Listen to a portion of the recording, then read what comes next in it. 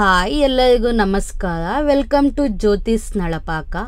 ನಾನಿವತ್ತು ಮನೆಯಲ್ಲೇ ತುಂಬಾ ಈಸಿಯಾಗಿ ಒಂದು 5ರಿಂದ 10 ನಿಮಿಷದೊಳಗಡೆ ಮಾಡಿಕೊಳ್ಳುವಂತಹ ಸಾಂಬಾರ್ ರೆಸಿಪಿ ತೋರಿಸ್ತಿದ್ದೀನಿ.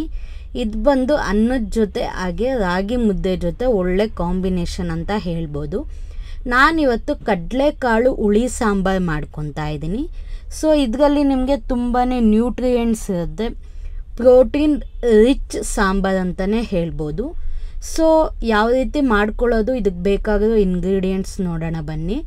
ನಾನಿಲ್ಲಿ 2 ಟೊಮ್ಯಾಟೊನ ಚಿಕ್ಕದಾಗಿ ಹಚ್ಚಿಟ್ಕೊಂಡಿದ್ದೀನಿ, 1 ಆನಿಯನ್, ಹಾಗೆ ಕರಿಬೇವಿನ ಸೊಪ್ಪು, 1 ಒಣಮೆಣ್ಸಿನ್ಕಾಯಿ ತೊಗೊಂಡಿದ್ದೀನಿ, 1 ಕಪ್ ತೆಂಗಿನ ತುರಿ, 2 ಸ್ಪೂನ್ ಸಾಂಬಾರ್ ಪೌಡರ್, 1 ಸ್ಪೂನ್ ಕಲ್ಲುಪ್ಪು, ಹಾಗೆ 1 ಚಿಕ್ಕ ಕಪ್ಪಲ್ಲಿ ಕಡಲೆಕಾಳು ತೊಗೊಂಡಿದ್ದೀನಿ, ಎಣ್ಣೆ, ಹಾಗೆ ಸಾಸಿವೆ ಮತ್ತು ಜೀರಿಗೆ.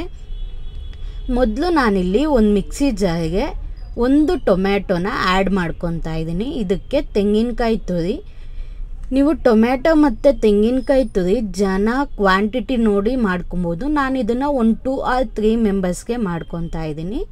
ಇದ್ರ ಜೊತೆ ಬೇಳೆ ಸಾಂಬಾರು ಪುಡಿನ ಹಾಕಿ ನಾನಿಲ್ಲಿ 1 ಅಥವಾ 2 ಸುತ್ತಷ್ಟು ರುಬ್ಕೊತಾ ಇದ್ದೀನಿ. ಸೊ ನೋಡಿ, ಖಾರ ರೆಡಿ ಆಗಿದೆ. ಸೊ ನಾನೀಗ ಒಂದು ಪ್ಯಾನ್ ಬಿಸಿಗಿಟ್ಟು ಕಡಲೆಕಾಳನ್ನ ಹುರ್ಕೊತಾ ಇದ್ದೀನಿ. ಜಾಸ್ತಿ ರೋಸ್ಟ್ ಮಾಡ್ಕೋಬೇಡಿ, ಯಾಕಂದರೆ ಸಿಪ್ಪೆ ಎಲ್ಲ ಸುಲಿದಾದ್ಮೇಲೆ ಅದು ಉರ್ಗಡ್ಲೆ ಟೈಪ್ ಆಗಿಬಿಡುತ್ತೆ. ಅದಕ್ಕೆ ಸ್ವಲ್ಪನೇ ರೋಸ್ಟ್ ಮಾಡ್ಕೊಳ್ಳಿ, ಕಡಿಮೆ ಉರಿಲೇ ರೋಸ್ಟ್ ಮಾಡ್ಕೊಳ್ಳಿ, ಐ ಫ್ಲೇಮಲ್ಲಿ ರೋಸ್ಟ್ ಮಾಡಬೇಡಿ. ಸೊ ಇದು ನೋಡಿ, ಕಲರ್ ಚೇಂಜ್ ಆಗಿದೆ. ಇಷ್ಟು ರೋಸ್ಟ್ ಆದರೆ ಸಾಕು ಅನಿಸುತ್ತೆ. ಇದನ್ನು ಒಂದು ಪ್ಲೇಟ್ಗೆ ಟ್ರಾನ್ಸ್ಫರ್ ಮಾಡ್ಕೊತಾ ಇದ್ದೀನಿ. ಈಗ ನಾನು ಇದೇ ಪ್ಯಾನ್ಗೆ ಆಯಿಲ್ ಅಪ್ಲೈ ಮಾಡ್ತಾ ಇದ್ದೀನಿ.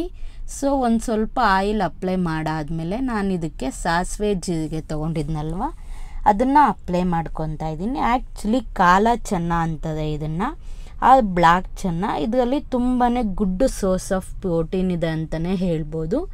ನಾನೀಗ ಇದಕ್ಕೆ ಆನಿಯನ್ ಕೂಡ ಅಪ್ಲೈ ಮಾಡ್ಕೊತಾ ಇದ್ದೀನಿ. ನಾನು ಚಿಕ್ಕ ಆನಿಯನ್ನ ತೊಗೊಂಡಿದ್ದೀನಿ, ನೀವು ಬೇಕಾದರೆ ಕ್ವಾಂಟಿಟಿ ಜಾಸ್ತಿ ಮಾಡ್ಕೊಬೋದು. ಸೊ 1 ಟೊಮ್ಯಾಟೊನ ಆ್ಯಡ್ ಮಾಡಿಕೊಂಡು ಮಿಕ್ಸ್ ಮಾಡ್ಕೊತಿದ್ದೀನಿ. ಇದರಲ್ಲಿ ನಿಮಗೆ ಪ್ರೋಟೀನ್ ಬಂದು 15 ಗ್ರಾಮಷ್ಟು ಸಿಗುತ್ತೆ, ಹಾಗೆ ಕಾರ್ಬೋಹೈಡ್ರೇಟ್ ಬಂದು 45 ಗ್ರಾಮ್ ಸಿಗುತ್ತೆ, ಮತ್ತು ಫ್ಯಾಟ್ ತುಂಬಾ ಕಡಿಮೆ ಇರುತ್ತೆ, 5 ಗ್ರಾಮ್ ಇರುತ್ತೆ. ನೀವು ಓವರಾಲ್ ತೊಗೊಂಡ್ರೆ ಈ ಸಾಂಬಾರಲ್ಲಿ 300 ಕ್ಯಾಲರೀಸ್ ಸಿಗುತ್ತೆ. ಸೊ ನಾನೀಗ ರುಬ್ಬಿಟ್ಕೊಂಡಿರುವಂತಹ ಮಸಾಲೆನ ಹಾಕಿ ಮಿಕ್ಸ್ ಮಾಡ್ಕೊತಿದ್ದೀನಿ. ಹಾಗೆ ಮಿಕ್ಸಿಗೆ ಸ್ವಲ್ಪ ನೀರು ಹಾಕ್ಕೊಂಡು, ಖಾರ ಎಲ್ಲ ಇತ್ತು ಅಲ್ವಾ, ಸೊ ಅದಕ್ಕೆ ನೀರು ಹಾಕ್ಕೊಂಡು ನಾನಿಲ್ಲಿ ಮಿಕ್ಸ್ ಮಾಡ್ಕೊತಿದ್ದೀನಿ. ನೀವು ವಾಟರ್ ಎಷ್ಟು ಬೇಕೋ ಹಾಕ್ಕೊಬೋದು, ಮಿನಿಮಮ್ ಒಂದು 2 or 3 ಗ್ಲಾಸ್ ಅಷ್ಟು ಹಾಕ್ಕೊಳ್ಳಿ. ಸೊ ಈಗ ಇದು ರೆಡಿ ಆಗಿದೆ. ಇದರಲ್ಲಿ ತುಂಬಾ ನ್ಯೂಟ್ರಿಷನಲ್ ವ್ಯಾಲ್ಯೂಸ್ ಇರೋದ್ರಿಂದ ಕೊಲೆಸ್ಟ್ರಾಲು ಹೈ ಇರುತ್ತೆ, ಮತ್ತು ಲಿವರು ಎನ್ಲಾರ್ಜ್ಮೆಂಟ್ ಇರುತ್ತೆ, ಮತ್ತು ಸ್ಕಿನ್ ಅಲೈನ್ಮೆಂಟ್ಸ್ ಎಕ್ಸೆಟ್ರಾ ತುಂಬಾ ಪ್ರೋಟೀನ್ಸ್ ಎಲ್ಲ ಸಿಗುತ್ತೆ, ತುಂಬಾ ಹೆಲ್ಪ್ ಆಗುತ್ತೆ.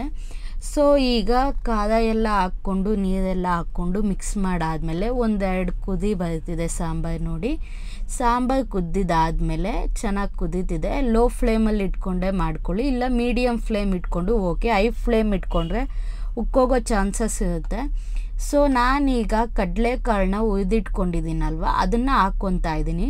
ನೀವು ಕಡಲೆಕಾಳನ್ನ ಹಾಕ್ಕೊಂಡು ಜಾಸ್ತಿ ಹೊತ್ತು ಬೇಯಿಸೋ ನೆಸೆಸಿಟಿ ಇರೋದಿಲ್ಲ, ಬೇಕಂದರೆ ಬೇಯಿಸ್ಕೊಬೋದು, ಇಲ್ಲ ಅಂದರೆ ನೀವು ಸ್ವಲ್ಪ ಗೊತ್ತಾಗುತ್ತೆ ಕಡಲೆಕಾಳೆಲ್ಲ ಬೆಂದಾದಮೇಲೆ ಮೇಲ್ಗಡೆ ಬರುತ್ತೆ. ಸೊ ಆ ಟೈಮಲ್ಲಿ ಸಾಂಬಾರು ಇಳಿಸ್ಕೊಂಡ್ರೆ ಸಾಕು. ಕಡಲೆಕಾಳು ಬಾಯಿಗೆ ಸಿಗುತ್ತೆ, ತುಂಬ ಚೆನ್ನಾಗಿರುತ್ತೆ. ಸೊ ಇದಾಗಿರುತ್ತೆ ಇವತ್ತಿನ ನನ್ನ ವಿಡಿಯೋ, ಕಡಲೆಕಾಳು ಹುಳಿ ಸಾಂಬಾರು. ನೀವು ಇದನ್ನು ಕುಕ್ಕರಲ್ಲಿ ಕೂಡ ಮಾಡಿಕೊಂಡು 1-2 ವಿಷಲ್ಸ್ ತೊಗೊಬೋದು ಡೈರೆಕ್ಟಾಗಿ. ಸೊ ಇಲ್ಲ ನಮಗೆ ಆಫ್ ಬಾಯ್ಲೇ ಬೇಕು ಅಂದರೆ ನೀವು ನಾರ್ಮಲ್ ನಾನು ಯಾವ ರೀತಿ ಮಾಡ್ಕೊಂಡಿದ್ದೀನಿ ಆ ರೀತಿ ಮಾಡ್ಕೊಳ್ಳಿ. ಸೊ ನೀವು ಟ್ರೈ ಮಾಡಿ ಹೇಗಿತ್ತು ಅಂತ ಕಮೆಂಟ್ ಮಾಡಿ. ಬಾಯ್.